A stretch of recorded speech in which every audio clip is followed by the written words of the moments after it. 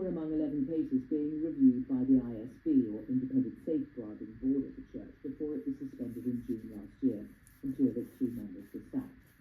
The 10 write that they trusted the ISB to act with integrity. When it did, you destroyed it. And they claim that when he was warned in the strongest possible terms that your obsessions with media management would place our lives at risk, you did it anyway. Archbishop Cottrell told us that he deeply regrets the impact on victims, but he also said the decision to disband the ISB last year was taken collectively by the Archbishop's Council. I spoke to one of those who signed the letter, who were not naming. He told me first what had happened to him. I attended a prep school, a choir, cathedral choir school, and was abused by 3 individuals from that environment, that cathedral environment. So that was sexual abuse, and obviously it had a profound negative effect on me and my upbringing. This dates back, what, to the 1980s? Yes. One of those who abused you was sent to prison for 16 years. Yes. The other 2 weren't convicted.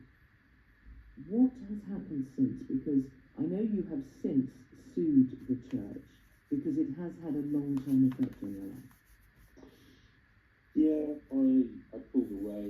It had a dramatic effect on my music, on my faith. I actually went off the rails, quite off the rails at school. I was expelled, so I also didn't get to finish my education. I was en route to go to university.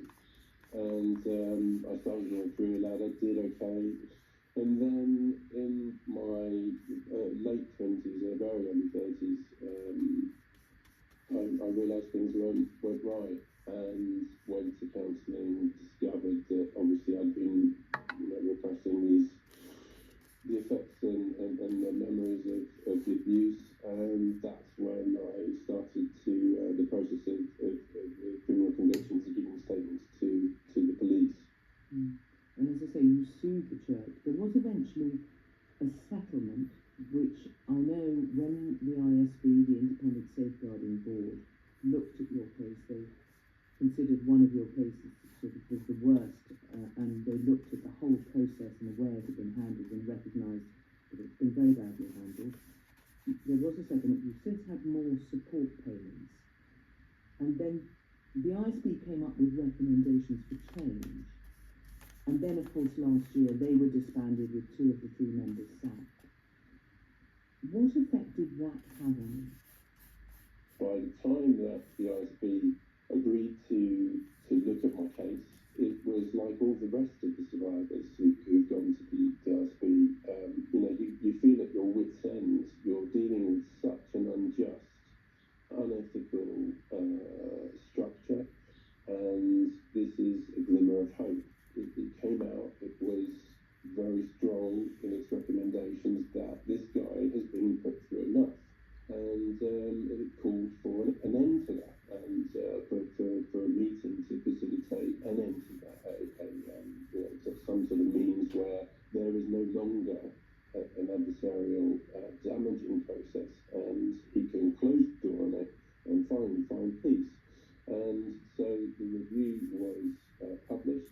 They did nothing, and apart from talk amongst themselves, and then the decision came out of the blue to disband the ISB, to sack my advocates for that whole process. The sackings in the way that they were done was just unbelievably reckless and impactful. Right. So the impact on your mental health?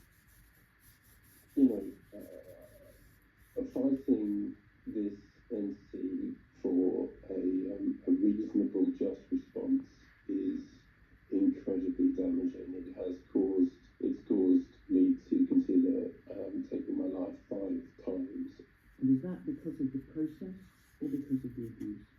It's because of their response to the abuse and to trying to seek accountability and some kind of peace to move forward. Yeah. Now the sackings, which you describe as reckless and having a huge I think you blame the Archbishop of Canterbury and the Archbishop of York, Stephen Cox. Well, they're the head of the church. I mean, certainly they are the public-facing head of the church. So yeah, I mean, actually, really, I feel that the whole Archbishop's Council, there are other individuals as well outside the Archbishop's Council that are absolutely accountable for, horrendous cases of horrendous safeguarding failures. Obviously, we've had the Making report just come out, and that actually lists a number of names who really, all of them should be stepping down. I mean, that doesn't mention Archbishop Stephen Cochrane. And I just wonder why the focus is on him now, and whether, is it not possible that he could be in a position, given all that's happened, to turn the church around? I feel that a massive change is needed, and yes, Welby has gone. I believe Cochrane should go also. I mean, he is responsible for lying to General Synod about in July 2023 about the process of the disbandment, of the sackings of the ISB. The response that he has given to the Making report and more recently given is completely inadequate to address the victims from the ISB 11 and what we're going through and what they are failing to provide. I mean, the Archbishop of York, Stephen Cochrane, has released statements in response to calls for him to go, saying that he's deeply committed to safeguarding. It's simply not true to say that victims and survivors whose cases were being looked at by the ISB have been ignored. He deeply regrets the impact on victims following the disbandment of the ISB. It says it was a decision taken collectively by the Archbishop's Council. Well, I'm sorry, I completely disagree with that. It's really difficult for me to call the Archbishop of York a liar, but all of the individuals that I speak to with the fellow survivors, nobody has progressed. Nobody is satisfied with the response in terms of interacting with us and the results to us. I'm afraid there is very, very little movement and certainly no positive result from all of this. You obviously had, I don't know the figures involved, you had a second, and I think you've had ongoing support from an interim support system that was set up. Yeah. What is it that would make the difference? What would close the door so that you could find peace? With experience, with the cumulative effect on me, I am unable to work. I have complex post-traumatic stress from it. I have lost my first career. I have lost my second self-employed business. I now have no means to provide for my family. It's been unbelievably destructive because of the church's tax. It has had such a negative effect on my life. I just want to shut the door on the whole thing, run away. I wish I'd never reported. Really? You should never told the church. When I look back on the impact that it's had on my life and their treatment, I wish I had never reported. Absolutely.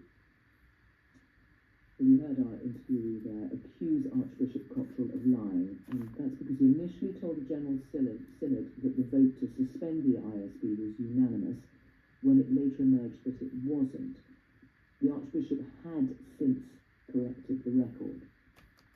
If you've been affected by some of the issues raised in that interview, do contact the BBC's Action Line at bbc.co.uk/Action Line, and it will direct you towards support.